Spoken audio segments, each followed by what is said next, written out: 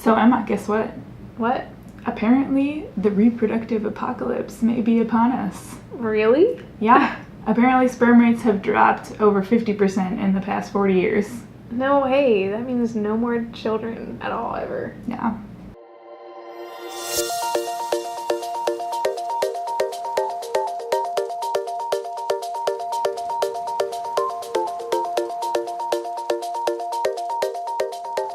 Okay, so before we get into the study that actually inspired this, maybe we should give a little bit of background on sperm, which is the focus of the study. So sperm, you're probably familiar with. It's one of the gametes, or the sex cells that are produced by men.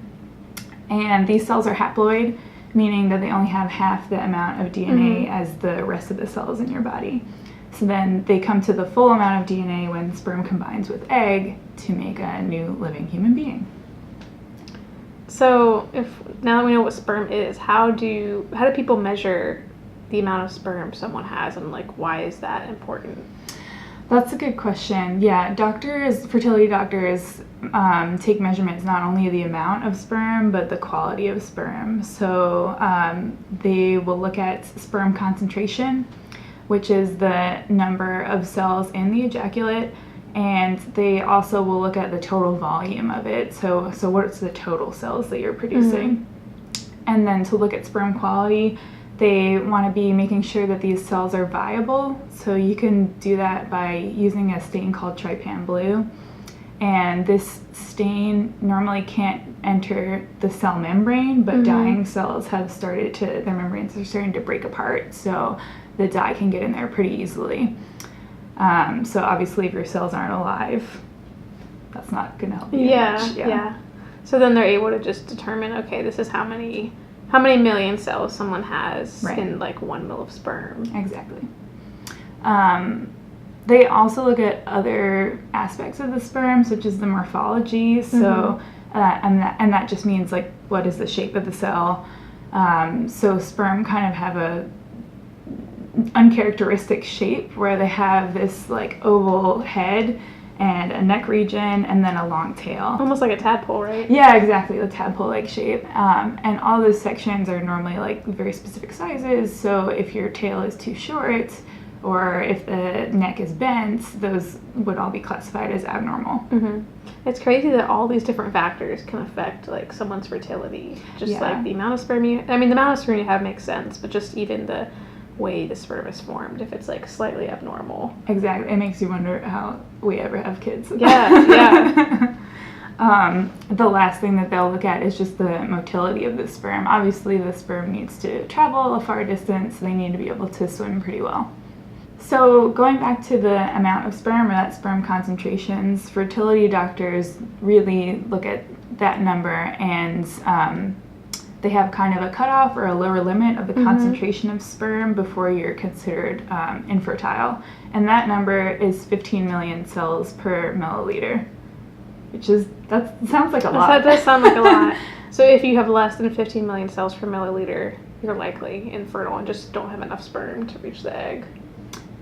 Yes and no. That's the hard cutoff that they've set, but there also can be people with less than 15 million that have children, and there can be people with more than 15 million that can't have children.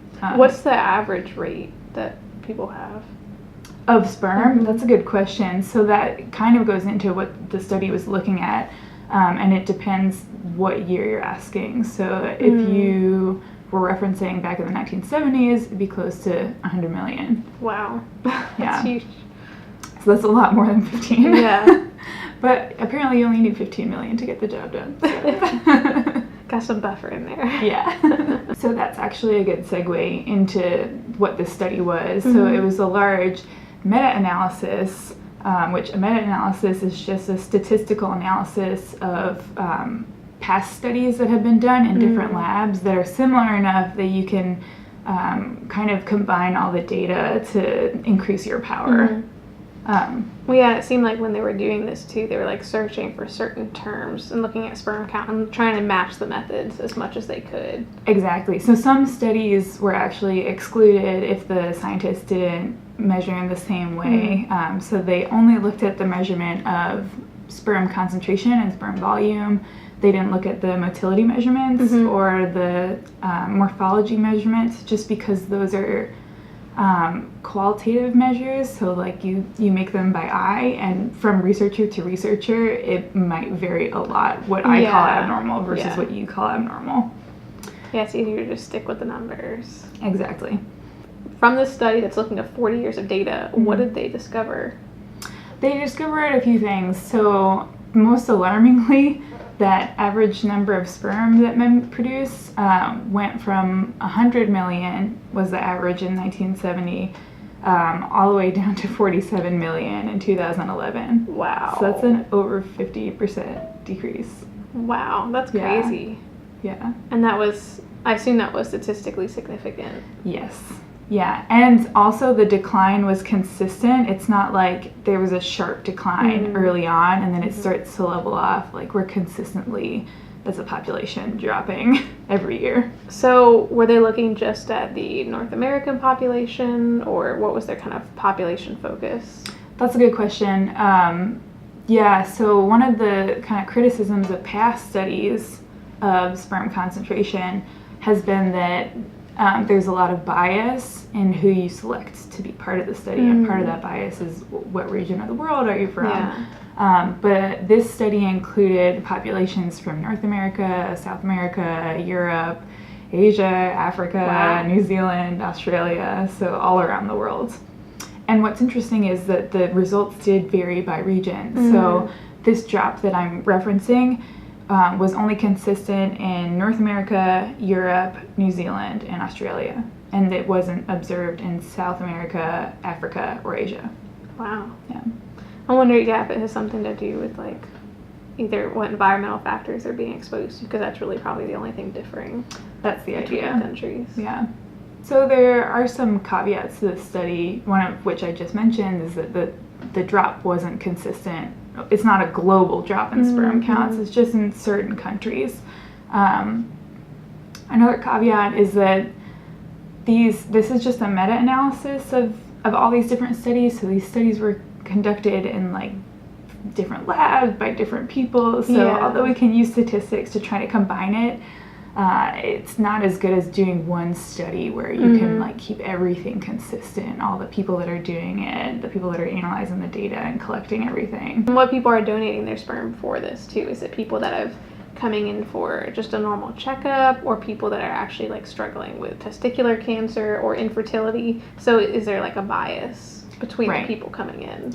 Exactly. Yeah, that's a little harder to gauge.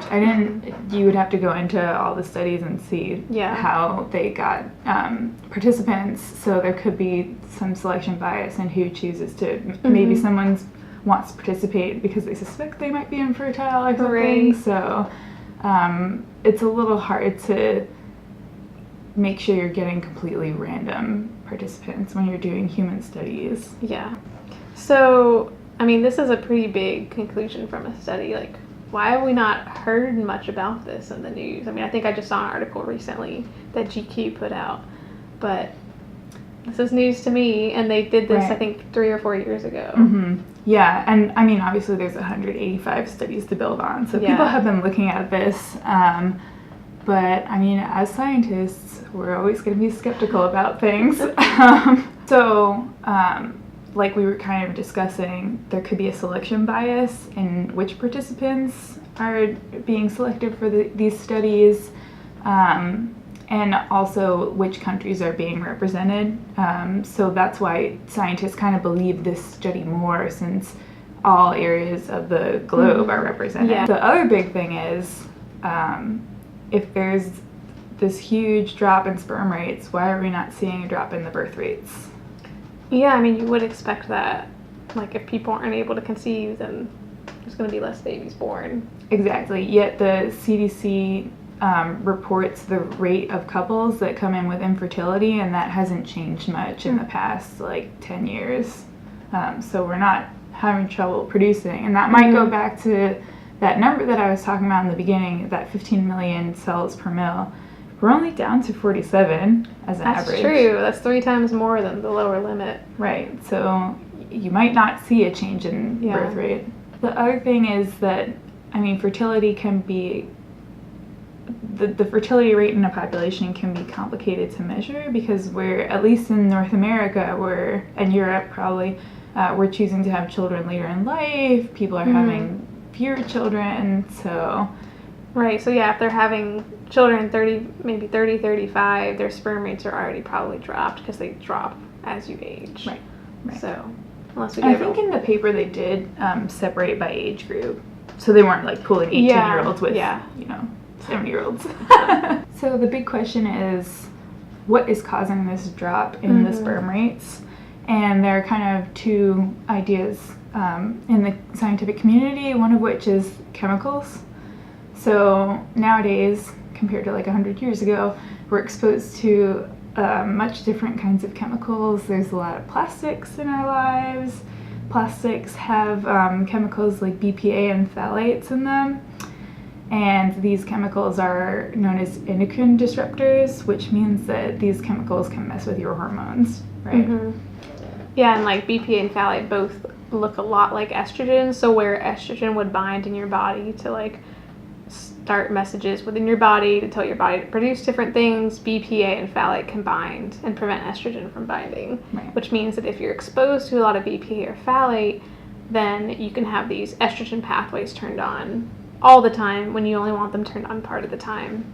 And this is a big issue for males because if a mom who's pregnant with a male is being exposed to these plastics on a regular basis, then it can potentially like negatively affect her son's sex characteristics. So one thing that they look at is the sperm concentration they've seen in mothers who have been exposed to estrogen analogs, that their son's going to have less of a sperm concentration. Soy is also another estrogen analog, so if someone's consuming a lot of soy, if they're lactose intolerant and having soy milk, or also maybe vegetarian and consuming tofu, soy can also act and look like estrogen in the body, so it can turn on some of these pathways. I didn't know that. Yeah. So some men who've been on like a really high soy diet sometimes even start to develop breasts just from so much estrogen that they're being exposed to. So the other kind of big theory is that maybe it's not a chemical exposure, maybe it's a lifestyle change. So our lifestyles are very different now. We're leading more sedentary lives. We're not getting as much exercise, etc. So these can have pretty big effects on your epigenetics, right? Yeah, definitely. Because when we talk about epigenetics, we talk about like your phenotype, which is a combination of your genetics and environment. So yes, there could be some genetic aspect to dropping sperm counts, but a large part of it is likely environment, just based off of what you eat, how much you exercise, if you're smoking or drinking. And they've even done studies to show this too, where they've looked at a man's sperm count from 1 week to the next and compared it like with what he ate that week. And his sperm count would change just based off of 1 week of eating certain foods. That's crazy. So it's really important. It's kind of cool though that in the past people just focused on, oh, there's something wrong with the mother that they're not fertile. But it's like, no, there's a big part of the male responsibility and just eating well, getting exercise, and that can really help your sperm counts. Right. And that variability in the sperm count from week to week, going back to the study, that probably makes it even more hard for scientists to make a claim. Like, is the participant supposed to write down everything are they supposed to keep a food journal and of everything they've been doing, and will they report the truth if they've been drinking or doing drugs? Right. So, yeah, there's just so many factors that go into it. So what's interesting about the sperm counts are that they're not only a measure of fertility, but they're also a pretty good readout for general male health. So men with lower sperm counts actually have a higher risk of cardiovascular disease, developing diabetes, and even cancer. So we talk about a lot of the negative ways that like the environment can affect your sperm counts, but are there some things that men can do to bring up those sperm counts? Right, yeah. So like we were talking about these lifestyle choices, those are choices, and you can make better ones to improve the epigenetics of your sperm. So if you exercise more, if you eat a healthier diet, don't drink as much, don't smoke, all of these things can improve your sperm count. And also, of course, doctors recommend that you stay away from heat sources, so no hot tubs or saunas, and they also recommend wearing boxers instead of briefs. Gotta let them breathe.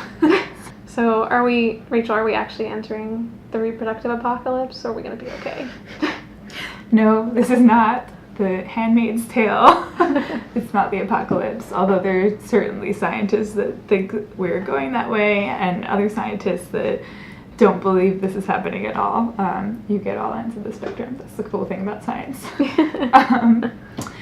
But definitely, I think we can say that there's been a significant drop in these sperm counts. So it's something to pay attention to, and more incentive for you to live a healthier lifestyle, not just for your general health, but for your sperm counts too. And your future children will thank you.